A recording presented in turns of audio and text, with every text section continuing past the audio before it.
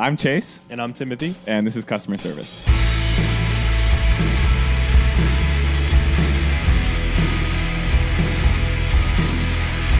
And we're live. How are we doing, big dog? Pretty good. How are you? I just tried to get it going. Wasn't quite right, so I clicked the wrong button. I went to click. I just clicked stop and then gave you the go ahead to start. Yeah. And then I was like, oh, it's not recording at all. I'm pretty good, man. Back from Indiana. Yeah. So listen, this is the intro, but there's a lot of questions I want to ask. Obviously, when you travel for a week, there's events in your life that are funny, scary, interesting. Yeah. You know what I mean? Yeah. So I'm excited. We'll save that for a solo pod, but we're happy to have you back. Yeah, we're back. It's good to be back. Good to be back in that dry air, out of that Midwest humidity. Yeah. Feeling great. I mean, when I landed, I'm like, I can breathe right again. Yeah. Because you just get acclimated to the other version, and then that suddenly, where people come out here and have to do the oxygen and all this stuff. When I get out there, it's like, man, as soon as I was off the airplane, I was like, it's like a brick wall. I'll say, I notice when I'm home, say in Ohio, or when Michelle and I will go up to Oregon, Washington, I feel that I can breathe a little bit better with some humidity. That might be the case, but I will say, you wake up in the morning and you're like, did it rain in here? Why am I fucking moist? It's like everything's wet. So every time we come back, we're like, it's good here. You know what I mean? Yeah. I like it here. So yeah, no humidity. You were swampy, huh? Oh yeah. It was hot, and then it rained off and on too, and then the sun would come back out, and when it's already humid, so when you get a mist and then a rain, and we're out there next to like cornfields and stuff, so it's really like, it's like the jungle. I both don't and do miss the rain every day heat combo. There is something. It is a reprieve from the heat. When you get a nice rainstorm. No, I know what you're saying. And it can be kind of nice because then you get like, in the evening, it's really nice and you get pretty clouds beautiful. And all this. The thing I don't miss is like the full gray sky as long as you can see. Oh, yeah. You get like a couple days of that in a row and you're like, whew, man, this is really, I didn't realize that like kind of thing takes a toll on me until you're out here where that almost never happens. Yeah. And even when it's bad weather. Yeah. It's just a whole different thing. So pre-starting the podcast, the last time I was home in Ohio, Michelle and I drove. First time she got to see my hometown too. We drove from Colorado to Ohio and back in about a week. 2 days there, stayed for 3 days, two days back. Miserable, the drive obviously. But from the moment we left our house in Denver, it rained up until literally our commute back, like crossing the state line back into Colorado. Rained for the entire time. And at the time, we stayed at my aunt's house, who they were in the process of cleaning up, selling it, because she moved in with our other aunt and uncle. Anyway, long story short, it's an old house that was dark as could be. It was filled with all of my aunt's like items that she hadn't gotten rid of. So it was like, you know what I mean? Like hardly outfitted. Long story short, that 7 days took a toll on me. I didn't think that I was the guy who can't handle rain, can't handle dark skies. Me and Michelle both were like, I don't know if I could do it. I don't know if I could do it. I don't know if I could do it. You guys always like, you're Pacific Northwest people. And it's like, I had thought, like, put me in the rain. No, not for me, man. It really takes a toll on my mood. It does. I gotta be honest. It's really tough. Well, hey, we're happy to have you back. Hope it was fun. Like I said, we'll unpack the whole thing. Sure. Well, we're gonna have a weird week with pods, but we're gonna have this one today, and then I think we're looking at one on Friday that we'll do a solo catch up on that. Yeah. So Chase and I will try to not talk to each other until that to keep everything. I have things that I've specifically not talked to you about that I even talked to Abby about or whatever. But you and I got to get to business. We'll get to business. But let's get to business today. This is a fun one. We've been meaning to do it for a while. Met him in the store. Started working together a little bit here on some stuff that'll be coming up. Really excited to be working with him. He's works with the brand Cowgirl. This is Matthew Raymond. We love chopping it up in the store with him. We just got along right away. Easy. He's from the Midwest. Yep. Very entrepreneurial guy, smart guy. Really like the way he thinks about things. So we knew it would be fun to not only like obviously work together, but then have him on the pod so we can kind of chit chat. Yeah. And catch up. And it was really fun. I mean, I think there's some really cool, inspiring pieces in here about business and life and how you think about things. And, it's okay to just be yourself and like listen to yourself and do what you need to do. Just whatever, kind of breeds creativity is what you should be doing. So, and also from the perspective, we talk a lot about not necessarily the trope of like getting your foot in the door, but like kind of like you don't got to live in New York. You don't got to live in LA to do something relevant. It doesn't necessarily have to make you like, you can just do things to do things because you like it and you want to get that idea out, and then it can just go from there. You know what I mean? Yeah. But the rules have changed throughout the past probably like 10 years. The rules have really changed on how you get all that stuff done and how you make connections, how you meet people, how you do things. So we talk about that, talk about some fun stuff, talk about where we're from. It was a really fun one. I mean, we get along great, so it was cool to have him on. It was cool to chop it up. So keep an eye out for the stuff coming to the store soon. Otherwise, check out his website, his Instagram, follow him. He's a really interesting guy. Yeah, go really show cool some love. things. Nice fellow. Yeah, and this was a great conversation. So, as we always say, let's get right into it. All right.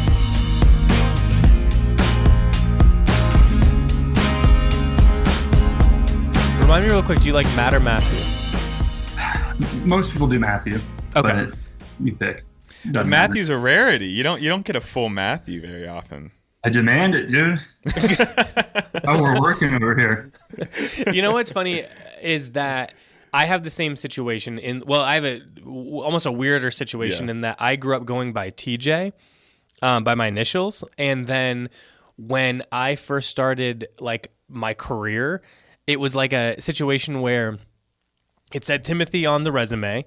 I didn't want to correct them, so I didn't. And then it got passed to a former guy I worked for, and he was from Algeria, and could not. I told him at one point, I was like, I technically go by TJ, and he was like, I don't understand why would you do that? And it's like he didn't understand what he did. Like he'd never heard of someone going by their initials before, so he couldn't get it around it. I said, it's fine, just go by Timothy. And then he always used the full thing. He introduced me to everyone professionally that I know as Timothy, and then it just stuck. And it wasn't really. It was like, well, this is way too late to turn around on now. So. Dude, you're locked in. There it is. It's locked in. So I'll get Tim a lot, but it's like Tim is my dad's, like what my dad goes by. So I cannot, if someone yells Tim out in a crowd, I'm not going to even turn around because I just don't hear it. Yeah. So I was like, well, if it's got to be one, it'd be Timothy's best.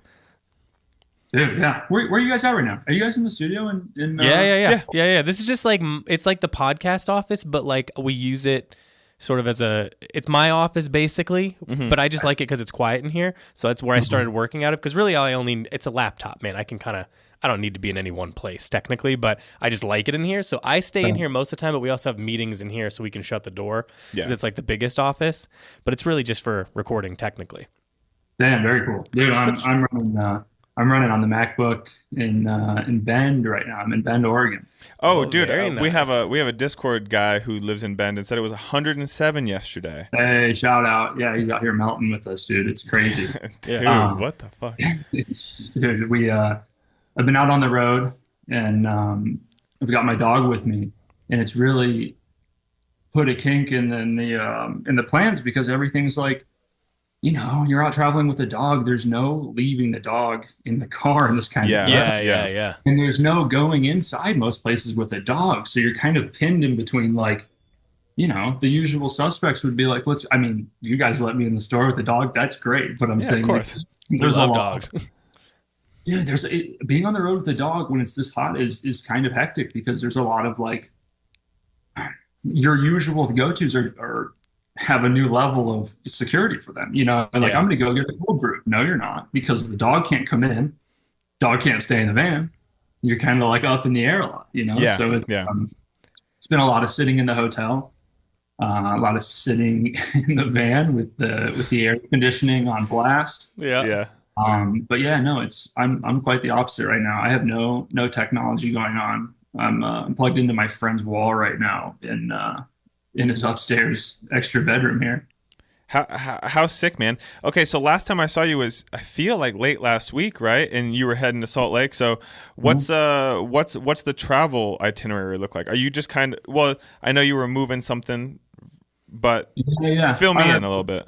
My brother just moved out to Seattle, so I've become I just bought a Sprinter the other week, and I've accidentally kind of fallen into the mover helper, the kind of like a what are you doing in late July kind of thing, and I go like, why, you need something, and it's happened a few times lately where people are trying to pry the Sprinter from me to move some stuff, but it's like, it's all fun, and it's really easy, especially with the extended Cowgirl universe. It just becomes fun, because it's like, oh man, I'll be out here, and here.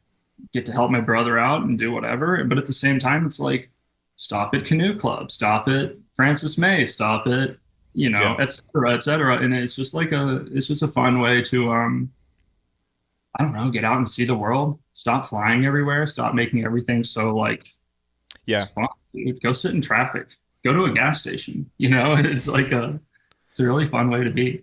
Yeah. Is this sort of like analog personality? Is this like something you kind of like do across the board? Are we doing like everything this way, or Absolutely. yeah? It's, dude, I mean, I'm from a small town in Ohio outside of Cincinnati. And I just think it's a fun and interesting way to go about things, dude. It's like, I've never been LA or New York.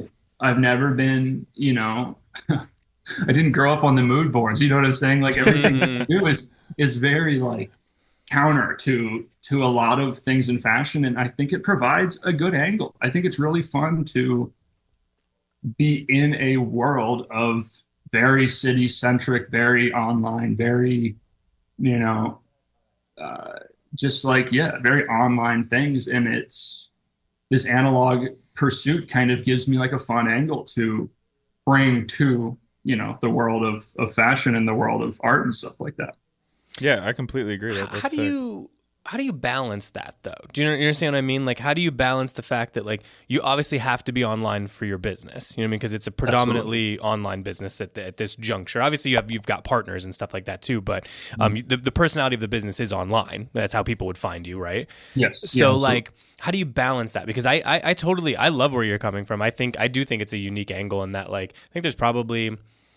You don't want to say that there's too many brands, but man, as it goes on, and I've been a buyer a long time, there's a lot of goddamn emails coming in these days of new brands that are doing this and doing that, and everyone's got something, and it all starts to feel kind of homogenous at a certain point. And like I think that like trying to find a new angle on your side is as important as it is to like present a new angle like collection wise or something. But like just from your side of things, like viewing it differently and like coming at it from a different angle.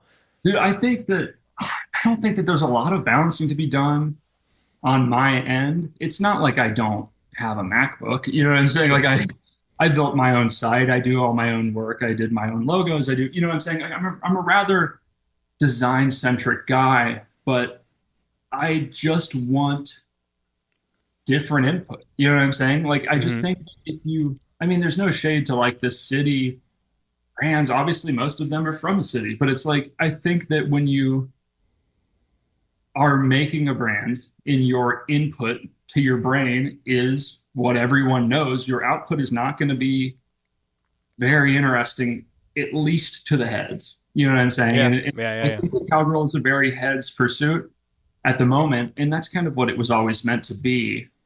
It's just my art project. You know what I mean? But I just kind of try and monitor what goes in to my brain because I'm just like, I don't think that what I'm making is very interesting if I'm looking at what everyone's looking at.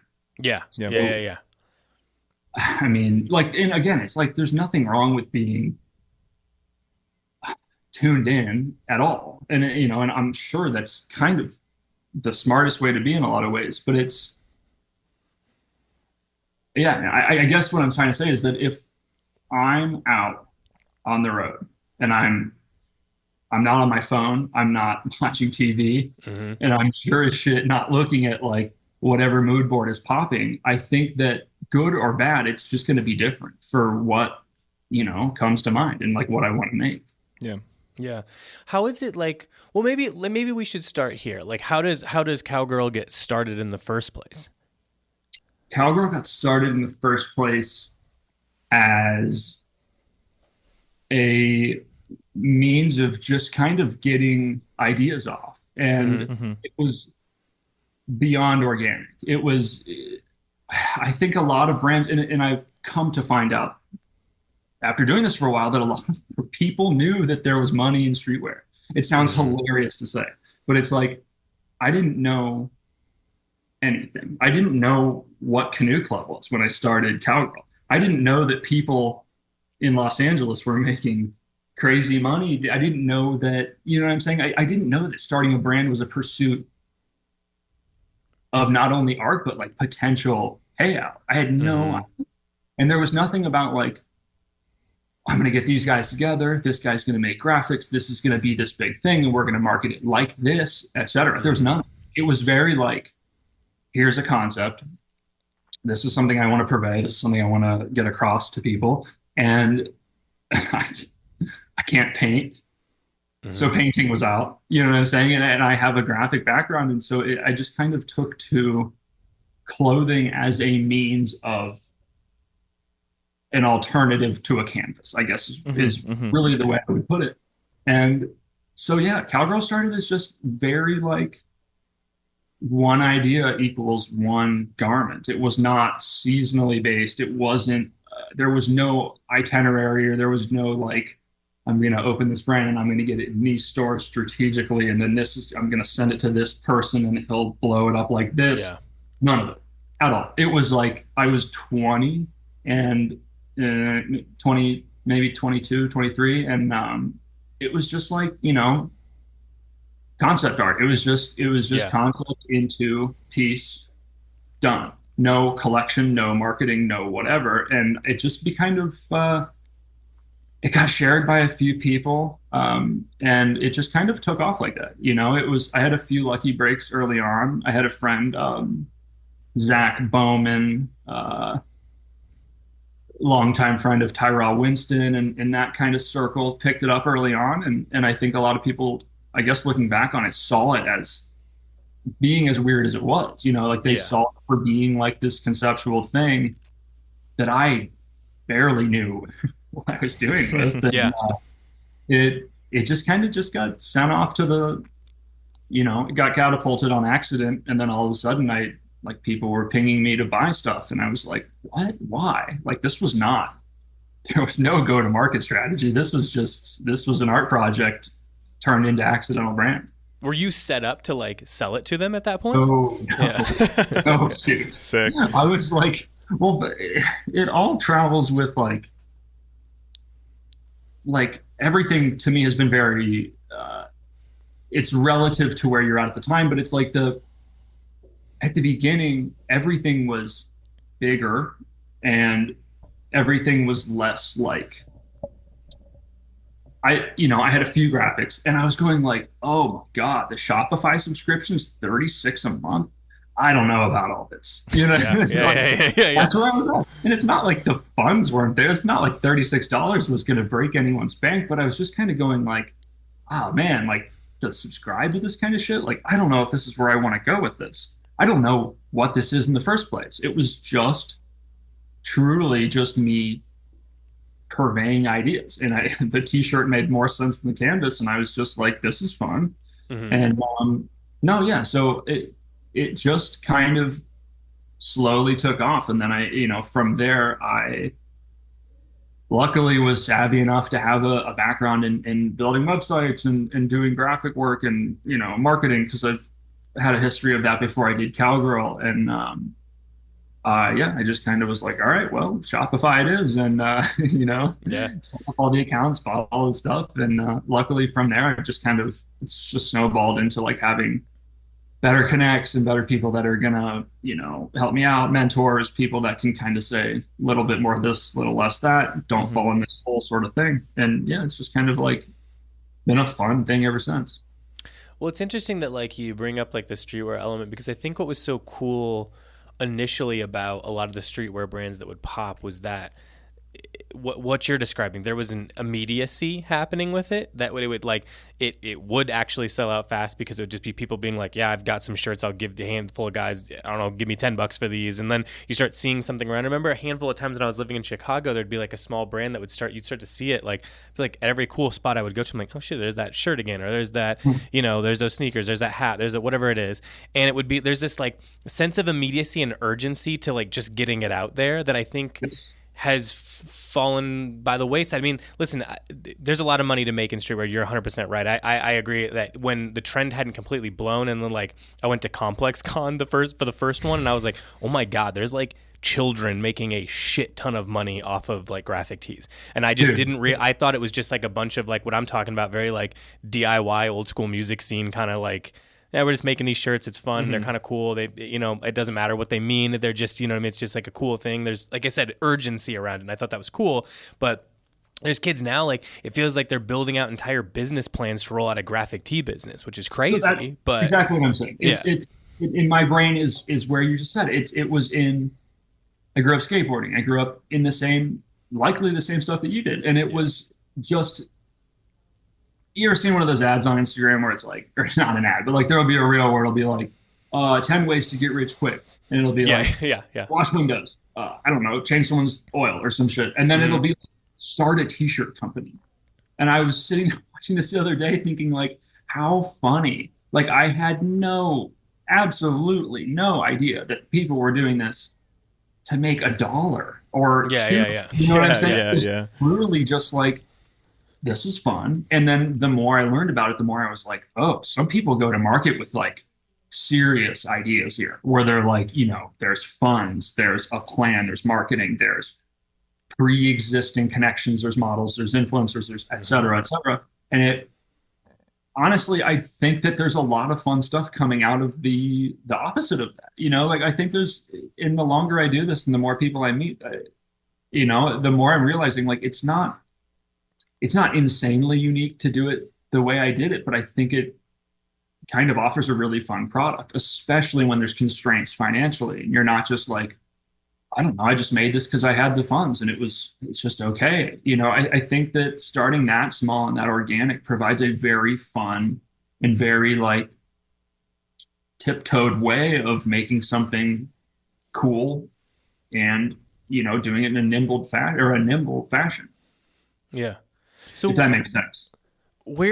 How does it evolve then? How or let me ask you this, if it didn't really have like an intentional evolution, how does it go from like the first handful of teas you made to what it's like become? Like how is it changed, or how have you evolved it, and has that been purposeful, or is that just, as it comes to you?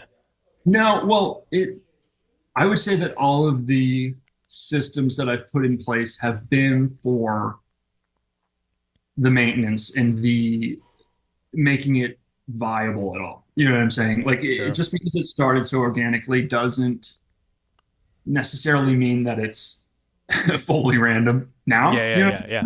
But it was a big learning curve, and it started very organically. And I think that I wouldn't do it any other way. Like that, honestly, I don't know if you can fake it. You know what I'm saying? There's a lot of people that are like, I'm going to do this thing, and these people are going to fall for it. This is not fall for it, but you know what I'm saying? Like I know what you mean. Yeah. And there's a lot of people that I've met that are like, and there's nothing wrong with it, but I think a lot of people are on brand number 11 where they're like, when this comes around, I'm going to mop it up with this kind of thing, and this person will fall for it. And it's not to say that that's wrong or bad or anything, but I think that going fully organic was the coolest way for it to start, but maybe not the smartest way for it to continue, I guess. Sure. Because it's, just because it started in someone's bedroom doesn't mean that everything should be fully random forever, because it's like, what are you going to do with that? Yeah. So it going from the beginning of it to now has honestly just been a long learning period of how do I make something sustainable to keep doing what I've always wanted to do, I guess is what I would say. It's just been the growth of Cowgirl for me has more been about learning how to set up systems to allow the original thing to continue. Right. That's a tough thing. I mean, you're kind of, what I'm thinking of is like, the question also almost becomes like, how do you keep it, not just relevancy is, throw that out. I think, how do you, like you mentioned it, how do you keep it cool? Because it's like a situation where you think about like all these like cool bands that started out basically either bedroom recordings, garage recordings, however you want to call it, like these tiny little things. And then you see them evolve, and there is always that sort of stepping stone of like, are you able to step outside of it, like you're saying, put systems around it, polish up what it is, and still not lose that cool factor? Alex G. Yeah, that's an example of somebody doing it right. Exactly. Or, you know what I mean? But there's plenty of examples of there being like a sophomore album that you're like, oh, this really lost its sparkle. You know what I mean? When you polished it up, weirdly. So I wonder, like, how do you think about that? I just got done talking to my friend about this last night. We were at the bar in Portland. We were talking about this exact thing. And the way that I maintain it is that the way that I stay so cool. No, I'm just kidding. The way I try to stay so cool. Sure. It can't be quota based. And I learned that the hard way. I've worked with a few stores that needed 40 SKUs. They needed, it's got to be this. It's got to be like this. We need this many of it. And very quickly, it switches from a idea-based company to a quota-filling kind of machine. Yeah. And I think as soon as your quota trumps your need to basically get ideas off, it's kind of a downhill thing. And it's not to say that you can't manage that or do it well. I'm sure there's a lot of people out there that are hitting their quotas and crushing it. Not to say like if things go well, it's going to really suck. Yeah. But I think that as long as you maintain the how you started, it's, you're kind of going to be locked in. And I don't know. It's just, I think that as long, really early on, I just learned like, okay, when I have one idea and it turns into one concept, I'm very happy about it. And when I sit down and go like, all right, you've got 40 things you have to make, all of a sudden it's like, we're at 22 and anything goes. Like, please go. Yeah. You're just filling gaps. Or yes, absolutely. Yeah. This one's coming out in blue, pink, purple, and black because I need more SKUs. Sure. And I think right away people start to go like, this looks like those coffee mug websites where it's like, you want the green handle and the purple lid, then so be it. And I think it starts to look a little bit less intentional. And I think the ideas start to feel a little less organic and, just kind of, I don't know how people manage it at a major scale and keep it fun and keep it cool, but that's kind of why I like it being manageable, mid-level, small. What's like, I mean, look, it's hard to say that like you want to give advice to things that we were sort of speaking about maybe being slightly against of people just starting brands, but there's certainly a lot of people that are starting brands in a way like yours, or they've maybe had some like, I did some little thing and it's gotten some attention. Like, do you have any, like, do you feel like you're in a place to start, like, do you have advice for people like that? Do you think that, like, do you feel like have you made mistakes or learned things that you feel like you can pass on at this point about that, or like the level you're at today? Yeah. And it's not, yes, I was just thinking about this. The advice that I would tell anyone is not necessarily like success based. It's not like I made $1 zillion and have 100 million followers. This is how I did it. But success is relative. To anyone, any level, is just ask. Dude, just ask. Yeah. At some point I learned that being a sponge and sitting down and just listening was the only way that anyone was going to want to help you and would kind of take your hand. And I think that is so crucial in this world because there's just so many potholes between doing something dumb financially, between working with a print shop that doesn't know left from right, between, you know what I'm saying? And I felt in every single one of them. Like starting Cowgirl, it was so bad where everything was like, if you even have it in you to get to a print shop and then you muster up your first couple $100 and then the prints look like this, where it's not 2 layers on top, they're staggered. Yep. So everything has a gray stroke around it. And you're going like, what have I done? And I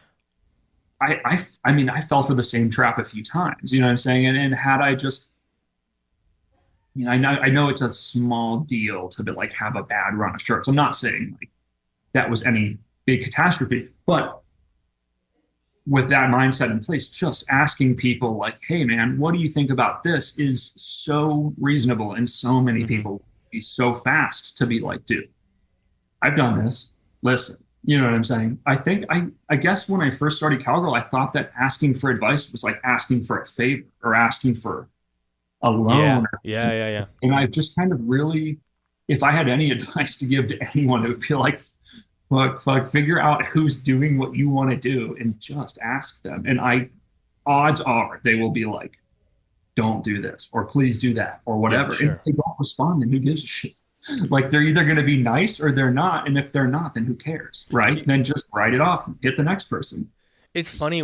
I feel like this has come up on the podcast so many times now where it's like, I think sometimes people miss the greatest part about the internet, which is like, and everything that's happened with social media to fashion and all these things. And like, sure, I agree with you. I don't think that it's wise to fill up every nook and cranny of your life with content. You know what I mean? Like I like you're saying, like having time to be bored. We're all from the Midwest. We had time to grow up and be bored, or at least that's how I felt. And I think it's one of the greatest gifts that I ever received is that growing up when I did without the internet, without as much access to like media, you know, and without as much access just being where we're from, you really don't. You've got a lot of time to fill, and that's what, and boredom breeds imagination, I think, generally speaking. Totally. Yeah, absolutely. And I just think that like, I think that is where I see the internet and social media and everything being a negative, where it's so easy. And look, I like it, dude. Like, and I give myself the time. I give myself a little like break from the fast to like now and then just be like, I'm just gonna kill an hour messing around on Instagram or whatever, and that's fun. That's great. It exists there for a reason. I understand why it's fun. At the same time, the brilliance that I think people miss by like painting it as so negative is that I have been able to get in touch with 90% of my heroes. I've been able to ask questions of people I look up to and get answers very directly. I can look anywhere I want to and get instant feedback on things and see what's happening. I can see trends happening across the world. That simply, and I'm in Boulder, which, you know, it's a very cool place, a very desirable place to live, but it's certainly not breeding new trends necessarily. So like being able to get that feedback, like being able to do that while being here and getting all the benefits of being in nature, that's a huge blessing, man. It's awesome. And like you're saying, like if people just sort of like get it out of their head that it's like a big deal to reach out to people and ask their advice or anything, if you don't hear back, who gives a shit? You weren't hearing back anyway. You know what I mean? Like it's a win-win, dude. You're filtering people, right? Where it's like you hit someone and they help you out. That's awesome.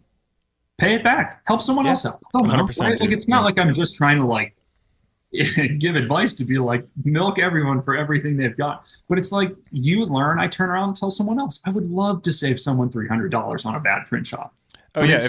Again, it's phone is best used as a tool, right? Like you're saying, like, yes, it's this massive tool, but also like we grew up, everyone here's from the Midwest, right? Yes, sir. Ohio, baby.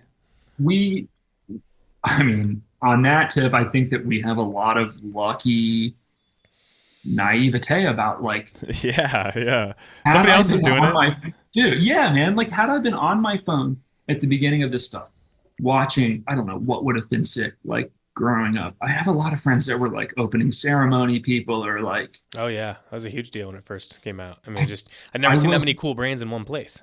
Dude, but it's like I wasn't on mood boards. I was not on menswear things. I didn't know that menswear, I wasn't on any of the forums. I had no idea. I guess I'm probably I'm 27.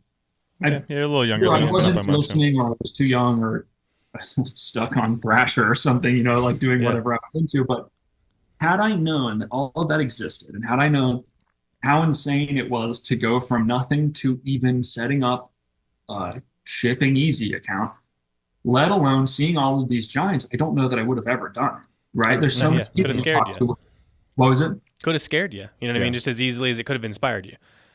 Yes, but I think that's a good point. Maybe other people would take it the other way, but I would have seen that, and at failure number one to set up my credit card on Shopify, I would have been like, I don't know about all this. Yeah. Like I'm looking at that as opposed to like looking at these people that have 64 retail stores open. You know what I'm saying? I think that a lot of people get spooked by the fact that like they're looking at their non-existent Illustrator file and they're looking at other brands that have a 200 SKU line and they're going, it would be cool, but I'm never gonna. And I think that breeds a lot of join 'em mentality. Like, well, I couldn't. I have a lot of concepts. I have a lot of ideas. I have a lot of faith in myself. but like, damn, does that look hard? So I'll go get a job there, which is fucking sick if you can do that and you can make your, brain come through to someone else's company. All the power to you. But I just think that I'm glad that like I didn't know. I had no idea like what was. I generally knew skate stuff, kind of knew a little bit about the general menswear scene, but it was I didn't pick my lane. I guess Yeah. I got picked up by a lane. I got the, you know what I mean? The Sure. extended Cowgirl universe found me and just kind of was like, "Yep, you're in here." And I said, like, "Oh, very cool." There is a universe of this shit going on, and I didn't know that. And Yeah. I don't know. I just think that going back to the media thing, it's amazing to use as a reach out tool, and it worries me that people see all the same thing, and it's either wildly repetitive and circulated, or it's defeating. Yeah. And people see, X brand that's putting a couple million into a line sheet, and they have a couple 100,000 followers, and they're scratching their head looking at their first Shopify bill, going like, "I'm not sure this was a good idea." Mm-hmm. Where do you feel like you're getting? I mean, if you say that, like, you didn't grow up in the kind of the age of mood boards and hashtag menswear and all that, like, where you feel like, obviously you came from like a skate background and things. Where are you getting most of your inspiration now? Like, what is the inspiration that's driving like the current iteration of Cowgirl? I think that I was born a contrarian. I just everything that I do has to. I'm dedicated to the next thing. And I think that probably stems from a heroic amount of attention deficit disorder. And I think that, and just like the constant need for like, yeah, that's great, cool, well, whatever. Anyways, what's next sort of mentality. Yeah. But it's just like I don't know. I think that it's just all stemming from like being bored and being like kind of like seeing things as like, okay, everyone's doing this. That's cool.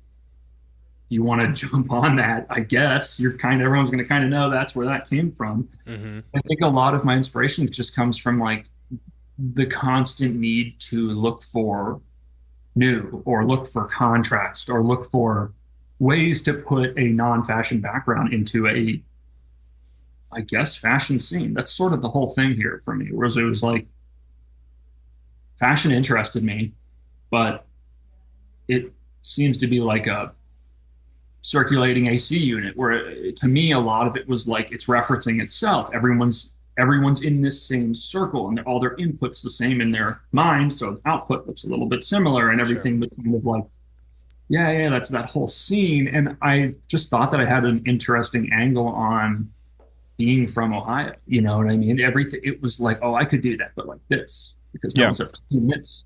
You guys have never driven on this highway, and I have this sign that looks crazy. Yeah.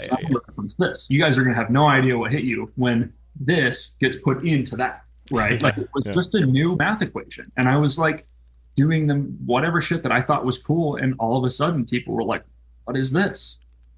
And I was like, kind of taken back, but then I was at the same time, I was like, it's just different input, right? You could be from Indiana and wow people from Los Angeles just because you grew up in a different way. It doesn't even make you any genius. It's like I almost think that that's what's getting a little bit more. I mean, I think that obviously I grew up fascinated with the coasts. You know what I mean? Like that in Indiana. By the way. In Indiana. Yeah, like being fascinated with New York or LA or Paris, whatever it is, just because it's so different than what I knew. You know what I'm saying? And I think now that what for example, Instagram has done is like allowed you to see all that stuff. You know what I mean? And now, and you see it, people are like literally vlogging day to day what they do in these places. And you're like, I get a very good idea without living there of what living there is like, what different neighborhoods are like, for Christ's sakes, and things that you normally can't achieve unless you've been in a place for a long time. And I wonder if now you're starting to see a little bit of it, like the opposite of like, now it's like people in bigger cities wondering what it's like to be in smaller places, especially, you go through COVID or something where you have time to like not really take advantage of what's going on there. And you start wondering like, oh, what is it like in different places? I think that's why you saw that kind of exodus of people back towards the middle a little bit. And I wonder, I wonder if that is right, that people are starting to get like, it's like just a unique perspective, because everyone's had the same, people have seen the New York perspective. Now there's always new things going on. It's always evolving, but like we've seen it a lot.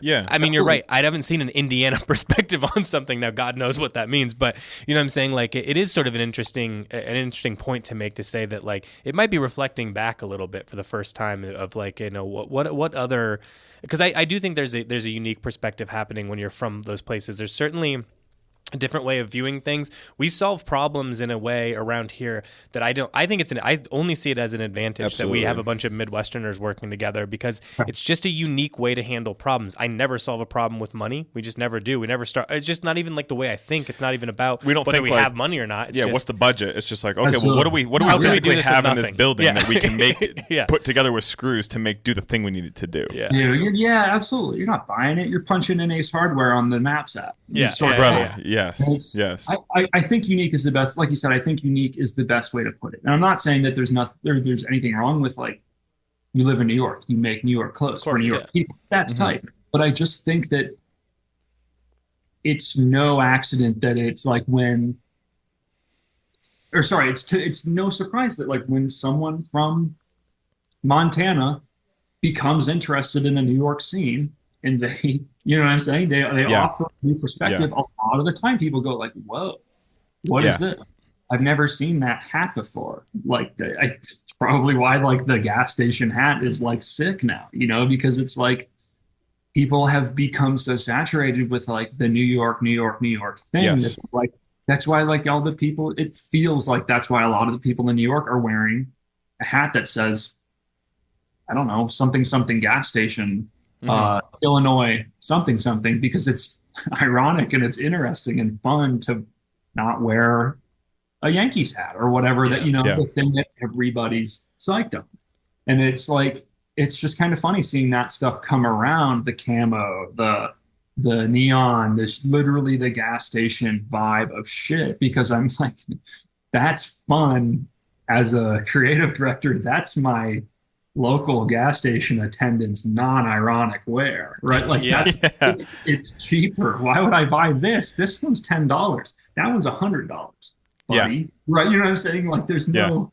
No, there's like a stolen valor aspect to it even too, because like you were saying, a couple thoughts. I personally think Instagram's great in so many ways. Like you said, you can reach out to a lot of people, you can gain a lot of information, but it also has made it so fashion or whatever you're interested in likely is based in New York and LA, and then like kind of trickles down, but now everybody that lives in New York and LA wants so desperately, I think, to not look like they live in New York and LA. They want to have this DIY mentality. They want to be like, no, my family actually lives in like rural Pennsylvania type shit. You know what I mean? And actually my parents do have a house in upstate. So.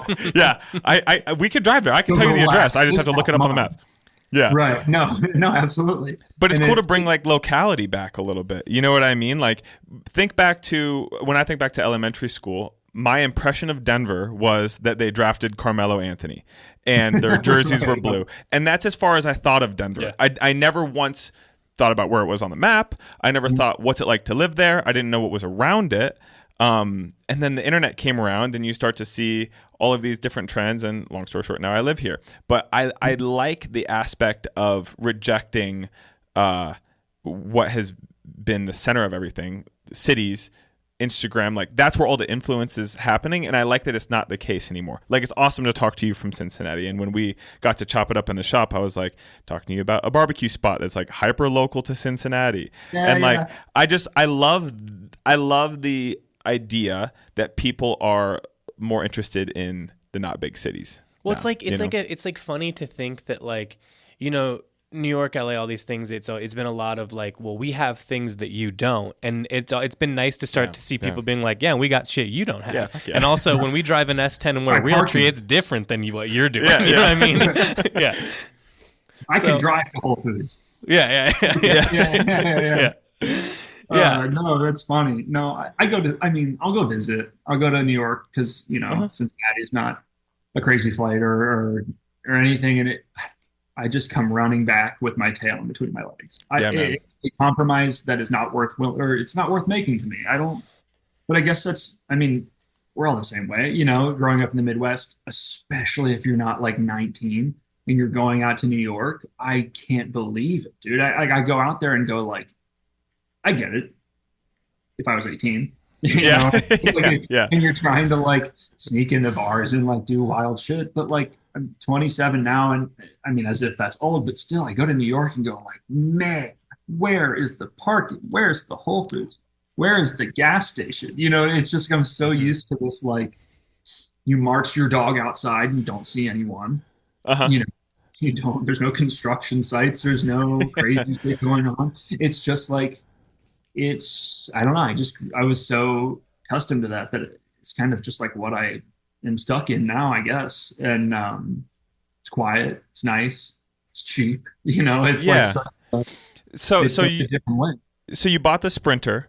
Yeah. Is Cincinnati home base still? Like, is that where you see yourself for forever? Yeah, I really like it. It's very cool and it's very real. It's just like it's a very like. People just grew up there. A lot of people are from there that live there now. There's no one really coming. Well, I'm sure there's all sorts of like Sure. influx of this for whatever corporation that's there or whatever. But it's very like it's got its vibe. Like I don't know. I feel like every person there is a Cincinnati person, and you can walk into the gas station and be like, "What's good?" and someone will be like, "Nothing. How are you?" It's very slow. That sounds insane, but try that somewhere else. You say, what's good? They roll their eyes at you. And it's just such a slow place that I think that I don't know that I could go back. I don't think I can pick up the speed. I wouldn't want to. I don't want to compete for an apartment. I don't want to compete for a parking spot. God damn. Like I guess that's just the way that I've learned to operate. But everything is very like, you get in your car, you go to the thing. There is nothing that goes wrong in between A and B, and then you go back to A. Nothing happens. There's no train rides. There's no falling down the stairs. There's no nothing.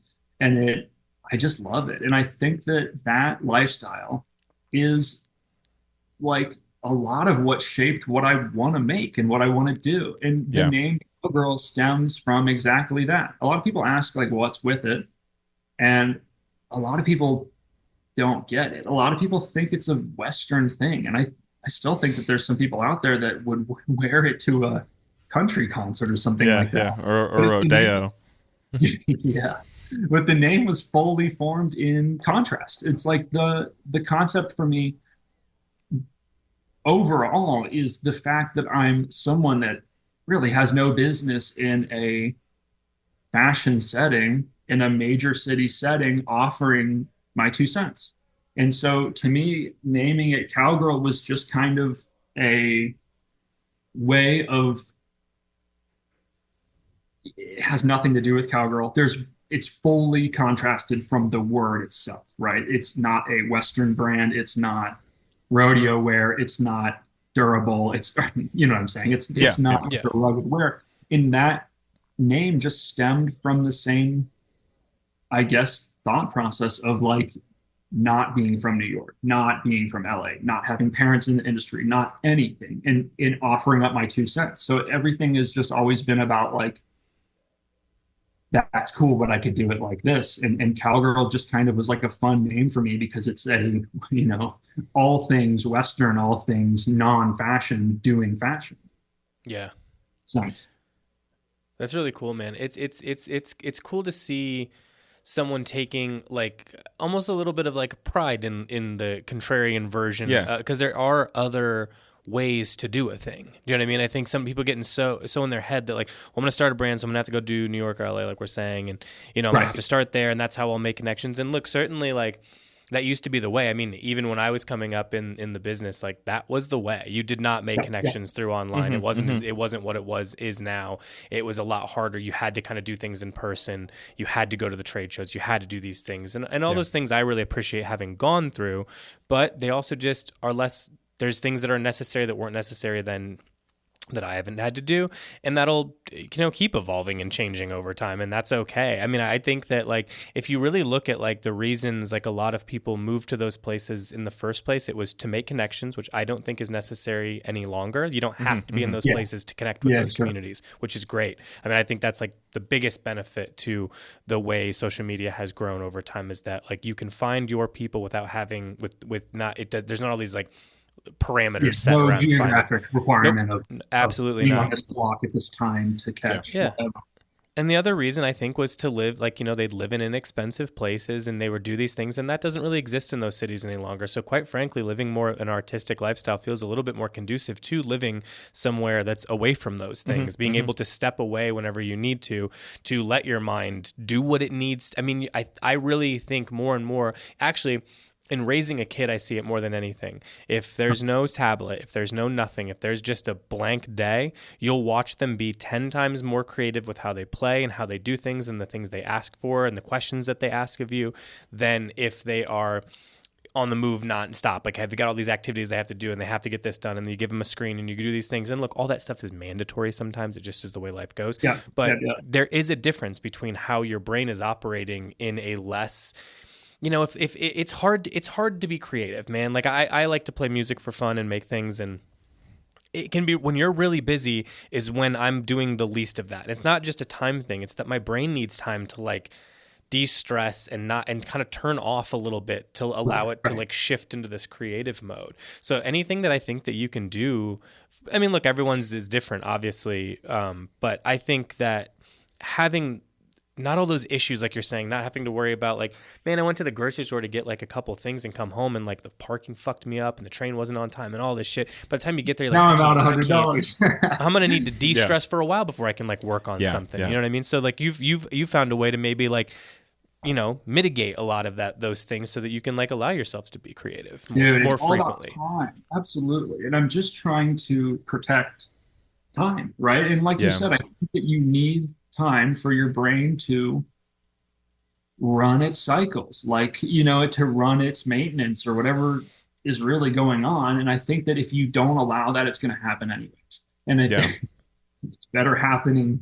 I would rather have it happen on purpose than for it to come out in some other way. And I think that a lot of people might struggle with that, but that's, to me, like the number one way to tune in for making things is to have space and have time and just do nothing, like driving and, you know what I mean? Just looking at the wall. And I think that gives it its natural house cleaning, so to speak, and it lets it sort itself out. And then here I am there's no shortage of ideas, dude. It's constant. I can't turn this thing off, but it's like, if you learn how to take care of the car, it will reward you. And I think that being out here is very helpful for that. And I don't know, dude, I just kind of want to, if anything comes of Cowgirl, I hope that it is not that someone's purchasing an item. I want to see people see it and go, oh, I could do that. Yeah. Cool, man. Because I want it to stand for what whoever stood for me. Like I seeing things, what I actually liked growing up, it was not something that someone had. It was never collecting. It was never like, man, X looks so sick in Y, I need that. It was no fashion shit like that. It was, I see something that turns on something in me, right? Like the things that I grew up liking were not, it wasn't collectibles. I wasn't buying anything. I was seeing shit that made me go, oh, you know what I could do? Yeah. Sort of like that, or maybe in that greater universe, I could do this, and I was locked in. Like maybe I would buy it. I don't know, but that's what I want to provide for people. I don't want like, don't buy a shirt. You know what I'm saying? Like if you love it, then awesome. But it's not like the greater idea here for me was like, I want to provide something that people see that kind of just gets the gears turning.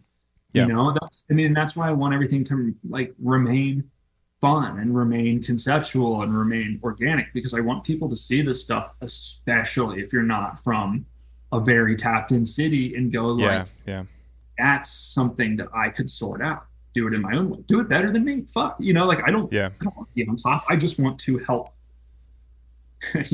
spread the idea that this is something that you can do if you've got it in you and you want to do it. Yeah, and like you said, pay it forward. Matthew, did you go to school for design? Because I know you said like you had a background in graphics and. God, I went to a famous design school in Cincinnati for 3 months, maybe. I don't even know if I translated. Cool. I had good grades. I did it. It wasn't like I was failing, but it wasn't about the right thing for me. Yeah. I think that the way that I operate is best taught in learning. Like, I think that for me to get what I really want to get out of what I'm making, I should have been thinking about how to think, like learning to accept your ideas, learning to not go, idea, no, that's not good. Yeah. You're not right. Someone else is right, but you're not. Like, I wish, and that's not what design school was for me. My experience in my 2 semesters or whatever I did was very, tool oriented. It was very, this is the type tool. You use this to type things. Yeah, right on. It's like, okay, but I want to go past the computer. I want the computer to only operate as like a means of getting ideas to people, right? Yeah. And I think that a lot of the issue with design school is you are in a dome full of people like the Simpsons movie or something, where they're running in circles, trapped in this like Illustrator thing where it's like a homework assignment. Type in a word, Canoe Club. And then, since I know so much about this, I can flip it upside down and backwards and make it 3D and invert it and make it a clipping disc. But what are you saying? Nothing. Yeah, right? totally. Like, great. It's like learning tricks in a weird way. And I understand that those can later be used to tell a story or to get an idea off, but that's what I was obsessed with. So I went to school and I was like, what the fuck? I don't care how to make a clipping mask. Why do I need to know this? So I just kind of moved forward. I guess that could maybe be an ignorant stance if you're talking about like trying to be a well-rounded designer, but obviously that's not exactly what I was after. So I was like, I want to do. And to me, learning design was about learning exactly what I needed right then. I have this idea. What's it going to take to get this thing done? That's it. I don't want to know how to invert it and flip it upside down. I just want to get the stupid text on the thing. Make it digital.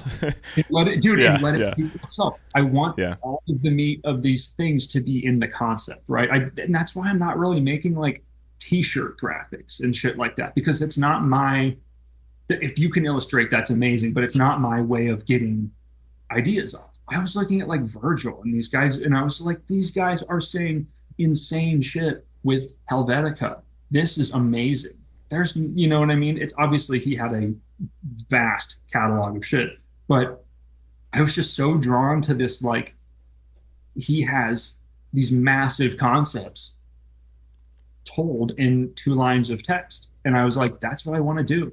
Fuck school. I was like looking around. I don't have 3 more years of me I don't have 3 more years in me to, I don't know, sit here and learn about grids and stuff. I wanted to talk about ideas, and that it just sort of wasn't really rewarded there. They were rewarding remembering keystrokes on Photoshop. And I was 100%, dude. I had a similar experience. Yeah, I had a similar experience with, like, I went to Kent, Kent State, Center House. So I was in the visual communications program, and I had a lot of fun. College was more about like hanging out with my friends than it was school for me.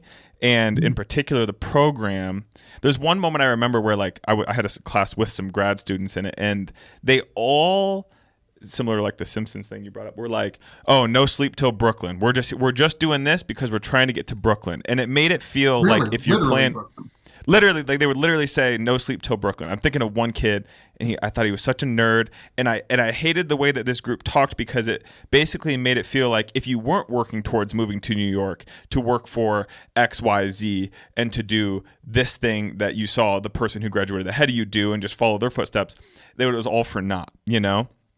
And I can remember in school, we actually on the pod, one of Timbo's friends from Chicago, Sam Macone, he put out a documentary on sign painting, and they were showing it at the Akron Museum of Art, and I was like, I would love to go do that, but everything that I've learned in the last 4 years and all the lexicon that has been drilled into me is like, there's no money to be made in like sign painting. That's like an old, forgotten thing. So I didn't go because I didn't. Or bust. It's right. 100%.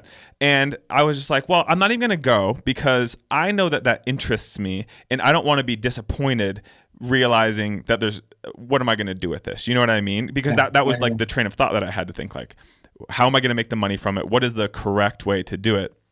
And then circling back to the Instagram thing, and I moved out here, reached out to a sign painter in Denver, like, hey man, I'm like vaguely curious about this. He invited me to get a beer with him, and then like that next week I joined him on a job, and he taught me how to sign paint, and then I made some money from it, and then I actually did the signage for a canoe club when I first started, and that's how I got my job here with Timothy.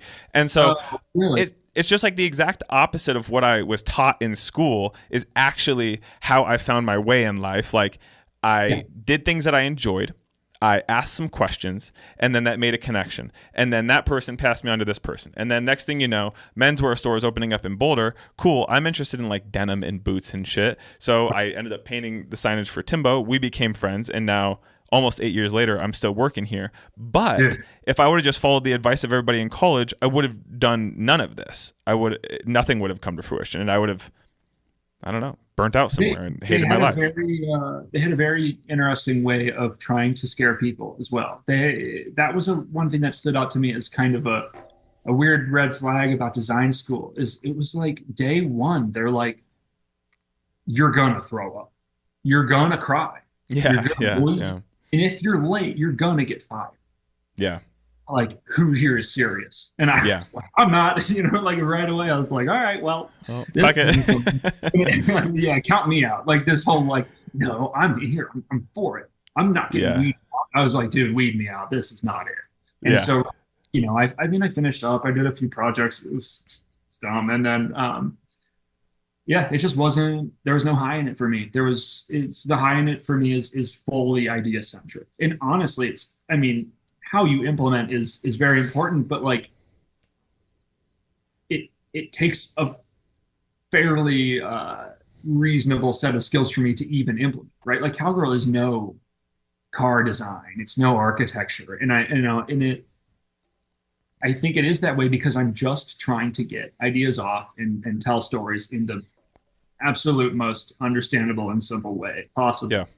Though it probably looks super subversive to those who are not in this world. It's just, it's just kind of like using what I've got and not letting my tool bag be the concept. I want to have an idea and use my pencil and my scanner to tell a story as opposed to like I'm saying. So it is the same thing where it's just kind of like you see what's going on and you want to go paint signs, you want to go do this stuff. But of course there's this weird like, do that, don't do it, go work. You could try, but it's not very secure.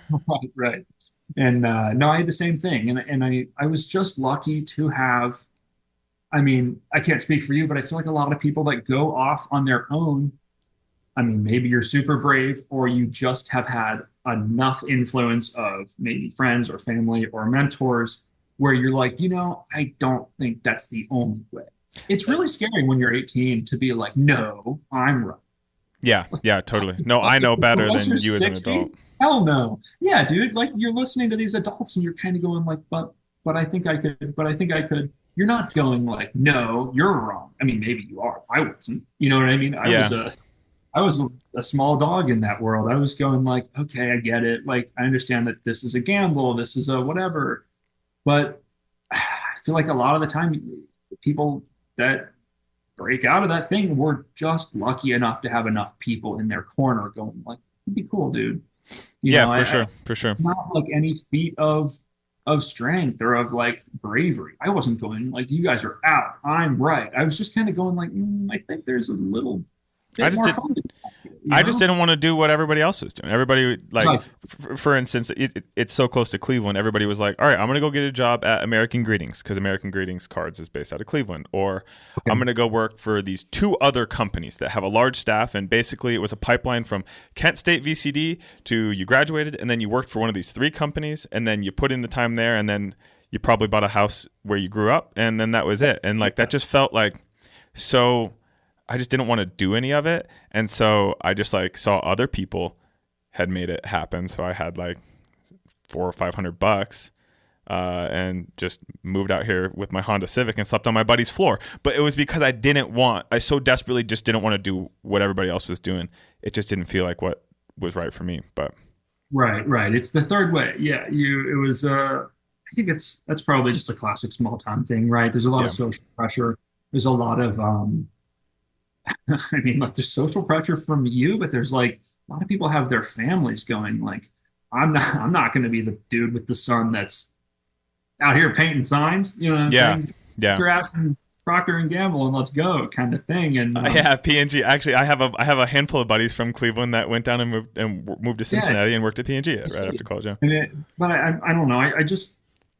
I think that if you have the support system to go and do something fun, that's awesome. And if you don't, I hope that we can stand for the few that maybe his parents aren't psyched on this kind of shit, or maybe whose social scene is not leaning towards like doing fun or creative shit. I hope that we can, at least at bare minimum, be an example to the few that are kind of interested in poking around.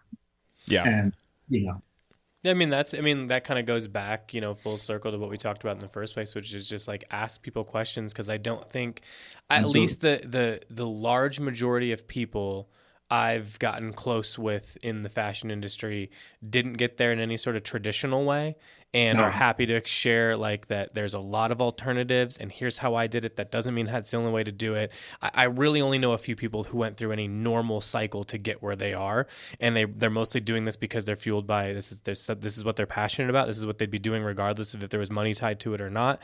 And here's how I can tell you what I did and I can tell you what I would do differently. And then but like I would literally field as many of those questions as I can, given the amount of time I have in a day, if people wanted to send them. You know what I mean? Because it's just exactly like you're saying is like, I just want it to be a little bit better for the next person. And I want to show people that like, you don't need to be from some big place with a bunch of family money to do cool stuff. You just gotta, work really hard, Midwestern style. And then just ask the questions and take the help when you can get it.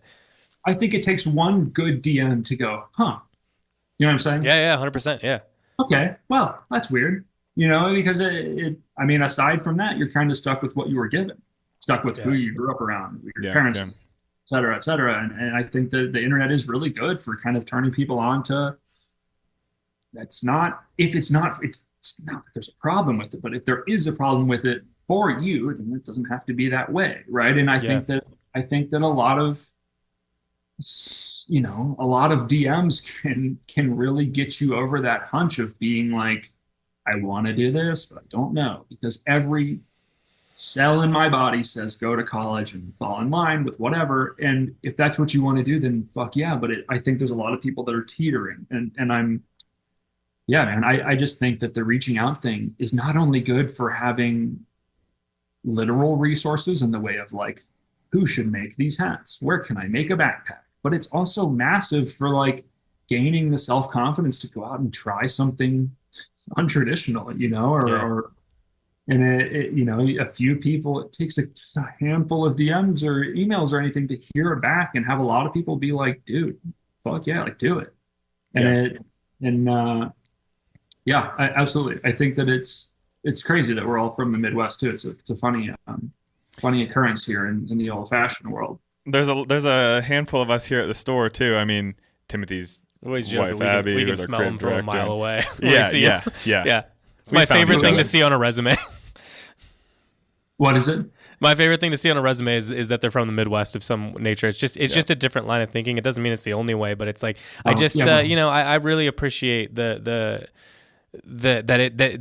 I can guarantee that if you're getting into a position like in fashion or anything like that, you're having to put yourself out there a lot more than other people, and I think that's there's something. You're doing it despite everything. Yeah. You got things against you. Consensus. I don't. There's absolutely. It's like growing up in LA would be so sick, or New York or whatever. Oh yeah, I would have loved to grow up in California for the record. That I've come to in the last 10 years is it's nothing is better or worse. Just being from somewhere that's not traditionally the industry just offers a third option, right? It's unique. I think that the people with the third option will oftentimes a little less confident about, kind of like, I kind of want to do this, but I don't know. And I agree. It's sick to see people from a non-traditional spot offering up concepts because people are just so quickly to, they're so quick to be like, what? This is weird. Yeah. Why have I never seen this? It's like, because you've literally never seen the yeah. But it also, that allows you the unique ways to take on things. I think that a lot of what we're all saying is that you kind of have there's no one way to do something. It's all subjective. And I think that the sooner you can learn to just trust your own instincts, I think that a lot of the advice I would give is I think back to things and I should have quit jobs early. I should have taken this opportunity. I should have done these things where I chose a safety rather than doing something new. Well, that was probably a mistake I made. Do you know what I mean? Those are really the mistakes I made, were just not trusting how I felt or what really got me excited to do things. That's when I know I'm off course, when I'm whenever you feel that way. And I think that can mean a million different things. That can mean working some super safe job so that you can drive a passion at night that allows you to just turn your brain off during the day. And when you get home, you're excited to get home and work on whatever it is you work on. And that can mean that you move to LA because that's where the opportunity is for you. And that city inspires you because you've never seen something like it before. Or it can mean staying put, doing your thing, keeping it online, keeping it grassroots. It can just mean a million different things. It just got to be about what you think is best for everyone knows how things make them feel. Just if you can get more and more in tune and spend more time trying to get in tune with those things, that's how you'll make all the right decisions. You'll never make a wrong decision if you made it that way. Yeah, absolutely. I'm with it. Yeah. Well, man, this has been killer, man. This is really inspiring stuff from you, man. I love talking to newer, smaller brands because you see how many different ways there are to do things and think about things, and you're definitely no exception to that. So I really appreciate you taking the time to do this today, man. It's been awesome. Yeah. And I hope this reaches someone that thought they didn't have the way. Yeah. Right on. I think that's the bottom line for me. Is I just really hope that it pushes someone towards realizing that there isn't. Like you said, it's just 100%. If someone sees this and goes you know what, fuck it, I'm gonna do it because this guy doing it. You know what I'm saying? Yeah, 100%. All right, man. Well, outside of the fact that we will have some Cowgirl in stores sometime very soon, where else can they get you at, man? I'm at cowgirl.com and Instagram, and we keep a little wholesale thing going from time to time, but it's mostly my site, and it'll be in the store with you guys soon. That'll be really fun. Yeah, right on. I'm going to get you in the Discord here too at time of release, so you can kind of meet and chat with the community and get involved. Yeah. All right, man. Again, really appreciate your time. I'm sure we'll be in touch soon, and hopefully you'll be back through Boulder sometime soon too. Yeah. Oh yeah, absolutely. Yeah, I will. Let's go to dinner. Yeah, let's do it, bro. All right, bro. You take it easy, man. Peace. Hey, see you, bro. Of course.